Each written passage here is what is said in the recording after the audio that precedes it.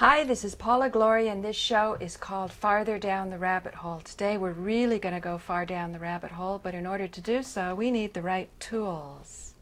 Today we're going to, kind of in a way go into battle, but what we're going to do is we're going to be infiltrating MI6. So, in order to infiltrate MI6 properly, let me give you a good shot of this. Webster would be crazy about what's going on here. This, as you all recognize, is oh so British. And the MI6 is kind of like the equivalent of the CIA, except some of you who've been following some of my work, my recent work, will realize that even the CIA, which we've sort of, through that sort of left liberal media stuff, have grown to kind of be afraid of, it turns out that organization itself has been infiltrated, and it's not doing the job that it should be doing. So what I'm going to do is take you on an excursion of some of the new stuff that I've been learning. But before then, I want to show you a real upper. And that is that I got an email from somebody, and sometimes I ask him, I say, "Where are you from?" And this person said that they were from Japan. Well, currently living in Japan. I was born and brought up in a village near Vijayawada in Andhra Pradesh state. Currently, I live in Japan. So let me tell you, Andhra Pradesh is where I studied with the Miracle Master in the south of India, just north of Bangalore. And also, interestingly enough, Andhra Pradesh, as opposed to Karnataka, which is where Bangalore's in, and Bangalore was always called the, like the Silicon Valley of India. But it turns out when President Clinton came to India right before the dot-com bust, he went to Hyderabad in Andhra Pradesh. So any of you savvy viewers out there in Manhattan Neighborhood Network, but I think in this case it would probably be YouTube viewers who have any insights about that. Inquiring minds always want to know. But this seems like a really cool kid. Well, I don't know if he's a kid, but he was responding to one of my videos about orbs, and most Indians are very, very respectful. So let's go on with this video. Make it big for you, and I will comment as we go. In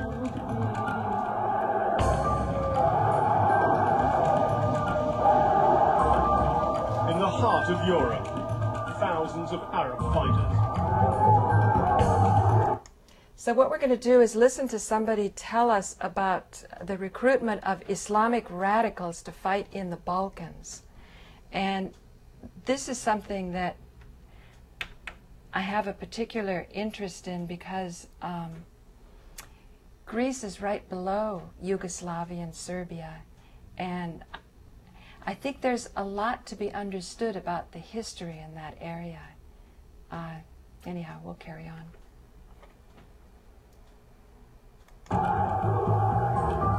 Zenica, 1995. They'd come to wage holy war in support of the Bosnian army. Their commanders had bigger plans.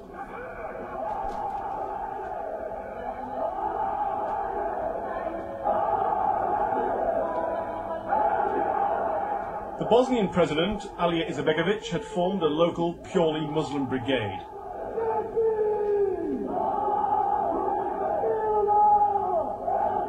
He then allowed into the country up to 6,000 foreign Muslims, mostly from the Middle East. Some mixed into the Muslim brigade. Some fought in their own unit called the Mujahideen. They committed many atrocities. The tapes Sky News have obtained include beheadings and signs of torture.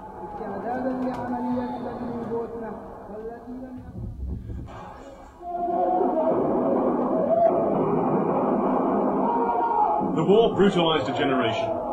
These are Bosnian Muslim forces desecrating an Orthodox church. Here we see a Bosnian Serb being interrogated. He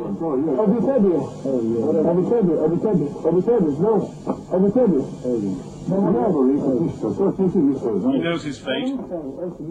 We see him later partially beheaded. Who The directed Bosnian these Muslims actions? didn't need much encouragement to commit atrocities. All sides were engaged in the practice. But the foreign fighters brought with them a new world view, jihad. The recruitments out of London Here by an Arab man tries to persuade his MI6. Bosnian colleagues to let him kill Serb prisoners.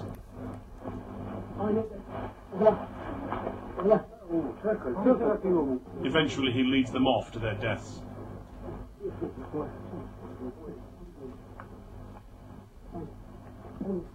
There were some serious players sent to Bosnia, among them the man who planned 9/11, Khalid Sheikh Mohammed, and Abu Suleiman al-Maki, here on the right of Osama bin Laden.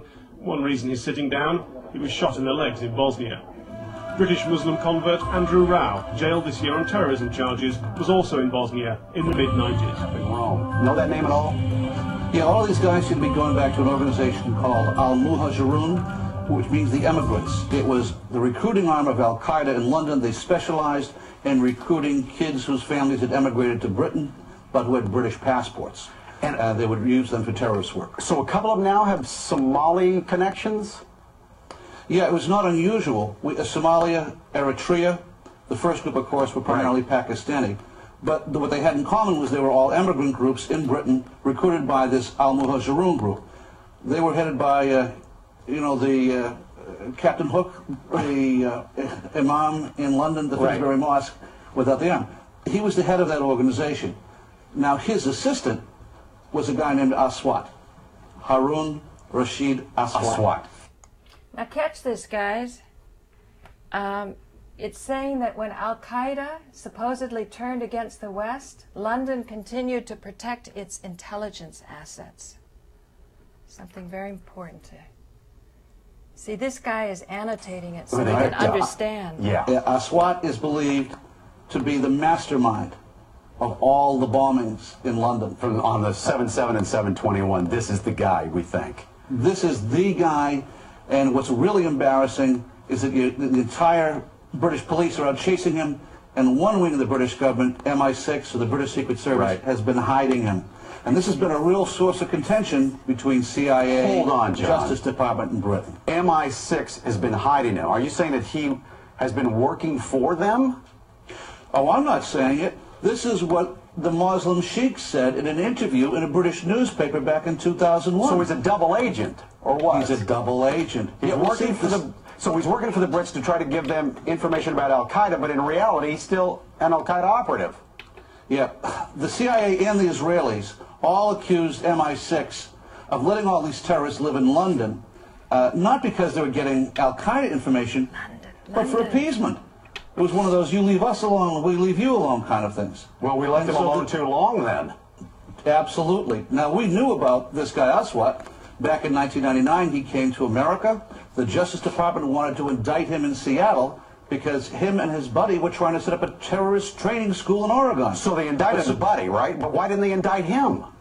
Well, it comes out, we've just learned that the headquarters of the U.S. Justice Department ordered the Seattle prosecutors not to touch Aswat. Hello. Now, hold on. Why? And that's, well, apparently Aswat was working for British intelligence.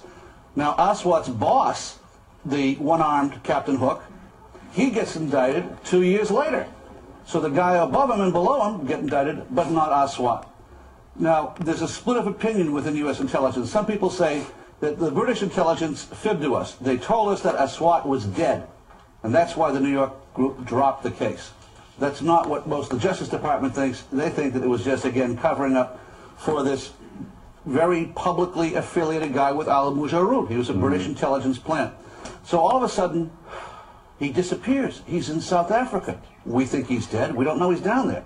Last month, the South African Secret Service come across the guy. Yeah, now the CIA says, oh, he's alive. Our CIA says, okay, let's arrest him. But the Brits say no again? The Brits say no. Now, at this point, 2 weeks ago, the Brits know that the CIA wants to get a hold of Harun. So what happens? he takes off again. Goes right to London. He isn't arrested when he lands. He isn't arrested when he leaves. Even though he's on a watch list. He's on the watch list. The only reason he could get away with that was if he was working for British intelligence. He was a wanted man. And then takes off. So is that shocking claim about what went on at the key meeting here true? In the course of investigating Shayla's allegations, I have corroborated many of the key facts. There were indeed a series of meetings involving Shayla and the SIS officer PT-16B. Britain did have advanced knowledge of the attempt on Colonel Gaddafi's life, and British intelligence was using its Arab agent Tunworth as a cutout or go-between with Islamic militant groups in Libya. All of this begs the question, just exactly who knew what SIS was up to? SIS's foreign operations are governed both by law and Whitehall Convention. A sensitive foreign operation requires the intelligence agency to draw up a submission. This is sent across the Thames to the Foreign Office, where officials may alter it. It then goes to the desk either of a junior minister or the Foreign Secretary himself. In this case, obviously, because you are giving money to a group to go and assassinate a foreign head of state, they'd actually said to me, you know, we're going to submit, but we think it's going to go all the way to the top. And it did. And it did, yes. I mean, that's what he was saying, yes. I mean, not at the same time, but later on they said it had gone to the top and they got authority from the top. But did they get authority from their political masters here at the Foreign Office? Well, two well-placed people have told me that the Tory ministers running this department at the time gave no such authorization.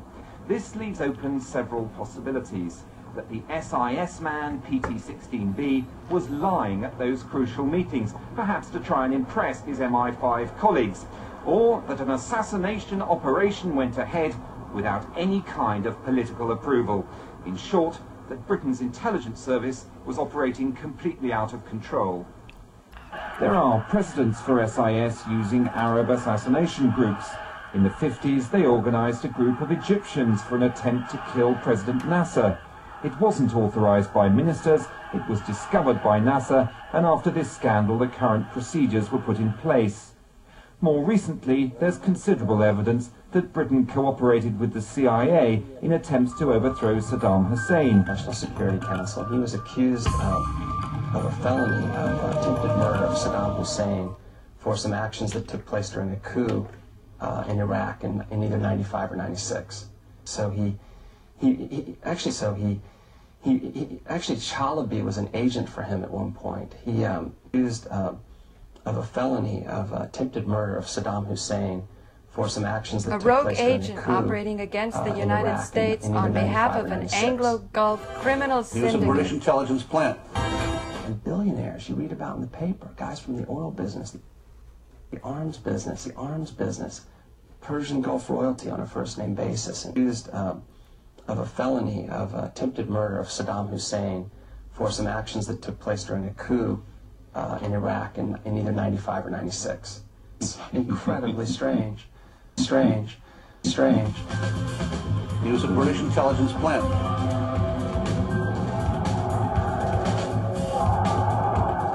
What did we just learn? In the heart of Europe. MI6 supervised an operation to murder Saddam Hussein in Iraq prior to 9/11. MI6 worked with someone inside the CIA in Iraq.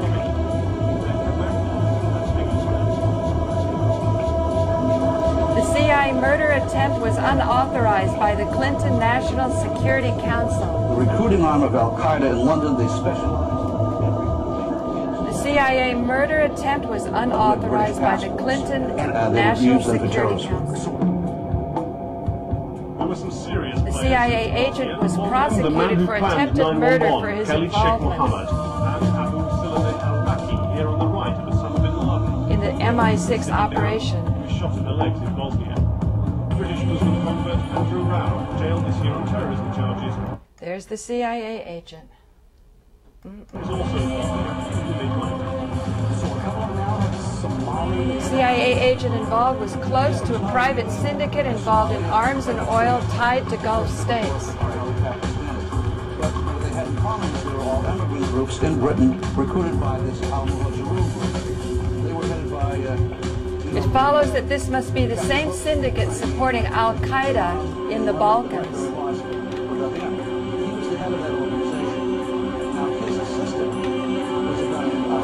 It follows that this must be the same syndicate supporting Al-Qaeda in the Balkans. Al-Qaeda in the Balkans. To be the mastermind of all the bombers in London on the 7/7 and 7/21. The same syndicate working with the rogue MI6 in Libya with Al-Qaeda. The entire British police are chasing him. And one wing of the British government, MI6, or the British Secret Service, has been hiding him. And this has been a real source of contention between CIA, Justice Department, and Britain. MI6, an assassination operation went ahead. The syndicate is tied to Gulf state royalty, the arms and oil business, Hezbollah in Lebanon.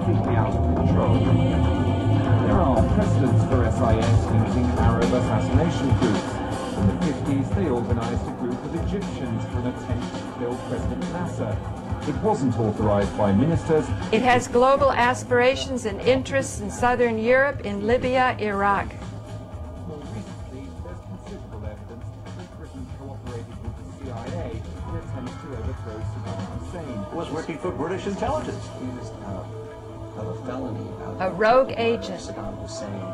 Of a private transnational criminal syndicate. It conducts coups and terrorism. It protects its London bombers through corruption of MI6. Actually, Chalabi was an agent for him at one point. He was a British intelligence plant.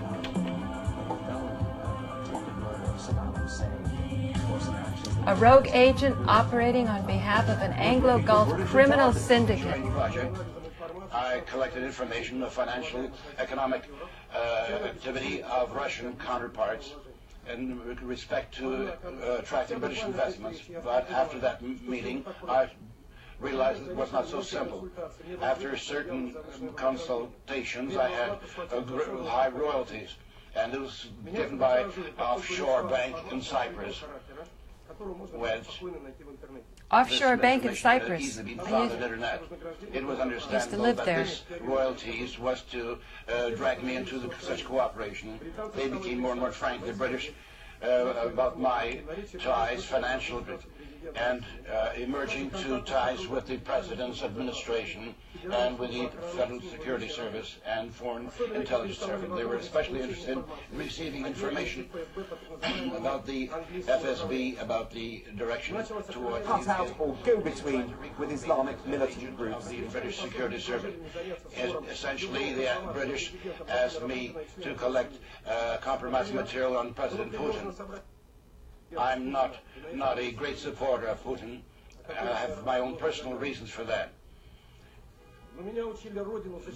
But I was taught to defend my motherland, not to betray it. In my meeting with Litvinenko, I told him everything I thought, and such business was not interesting to me. That fact that I did refuse to be recruited by the MI6 Litvinenko newsletter. He would close UK to me and all of Europe. And the lieutenant told me the British are not losing hope to recruit me in order to get political, save Russia from Putin. As an example of successful work in Litvinenko, saying that Berezovsky received political asylum without, of course, with Litvinenko's help. That is, Litvinenko asked me to find people who would like to receive political asylum in the UK, using our contacts with many wealthy people in Russia. I was greatly disappointed that I showed that I was not interested in this, such activities. Now I'd like to return to what concerns the case. First, I think you do not have to be a law expert to understand that carry out such crimes, you must have a motive. Alexander was not my enemy. There was no love lost between us, what kind of books he wrote in the UK. I've been in business longer than I was not interested in such activity. Secondly, for some reason, English newspapers say that was poisoned on the 1st of November. We met in October, not in the presence of his wife, Maria. Incidentally, Berezovsky didn't know about that. Incidentally, there would be an ideal place for poisoning him. But this did not take place. Fourthly, if the poisoning took place on November the 1st, the polonium were marked. All those places in London, only in November, but not in October. Why was this polonium was found in the plane we returned from Germany to? I have only one conclusion, as the specially marked polonium that would be used in subsequently in the political scandal in London. I arrived with my wife and children to a football match. All of them were checked out, and the results were not very heartening. We were examined in the hospital. One has to be a real monster to threaten our children and wife with poisoning. In any case, the poisoning of Litvinenko could not have been out of control of the special services of the UK, and I understand for a long time such a question, such charges were pressed. By charging me, the British authorities feared that I would spill out the beans about the way the British special services were working, that Berezovsky and Litvinenko were treating me. I think that the Crown's prosecution service and are actually offering Russia a compromise. That is, Russia, you say nothing about Berezovsky, Litvinenko, and I will say nothing about the contacts that we're trying to get compromising material about the Russian president. And they're actually closing the case and are trying to fade this case. But I categorically do not agree with such an approach. They had found a Russian James Bond that entered into nuclear centers and in cold blood poisoning his friend, and at the same time... So, take a careful look at that. Pravda, the Russian newspaper, forecast the 9/11 attack on New York, explaining it as an act of a transnational criminal network. So you can see, it's like in the records. Okay, let's carry on. Poisoning himself, his friends, his wife, and the children. And this was done by the terrorist loner Logovoy, who is losing his business and clients. For what reason? This same motive for my crime, supposedly.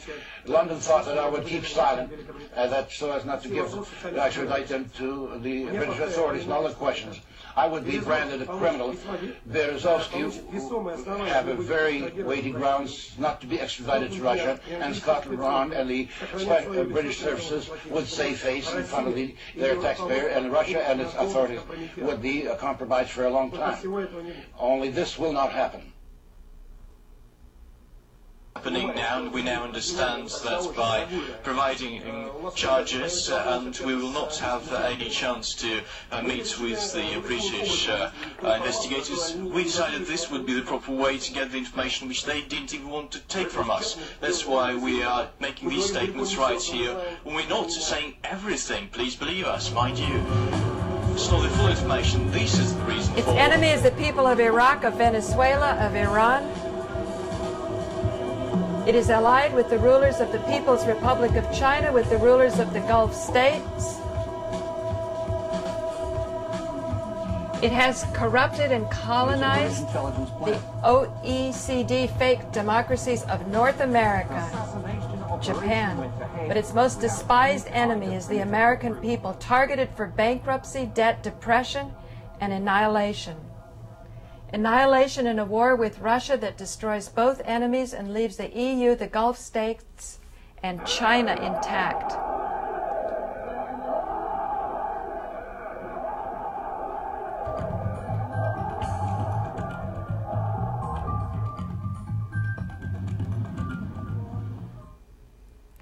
So there you go, ladies and gentlemen. I had to get up pretty early in the morning. I didn't even want to put my makeup on because it's like, you know, rise and shine, hit the decks, and we have to just get with it. One of the most important things that we need to do is study. You can't study enough. And I always say, rely on whatever your genetic heritage is and use that as a way to balance yourself so you can grab the material that you need to grab. You know, it's always a very important thing to see how balanced you are.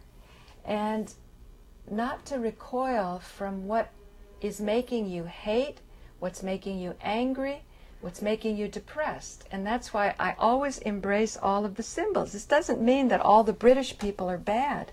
I mean, enjoy the beauty and the art of whatever exists. The Star of David that I have back there is the Sri Yantra.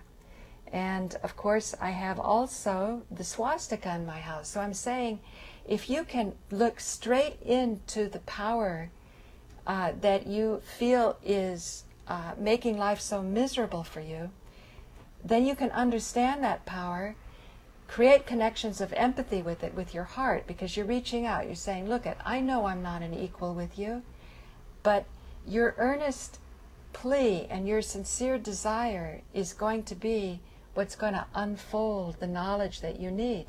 Because if you had knowledge, the first thing you want to do with real knowledge is to share it. And I guarantee you that without knowledge being shared, it's just a very boring life. So that means that those that have the power, even though that's what they are doing is hiding it, it's sort of a game. And it's a game that gets old. It's not fun anymore after a while.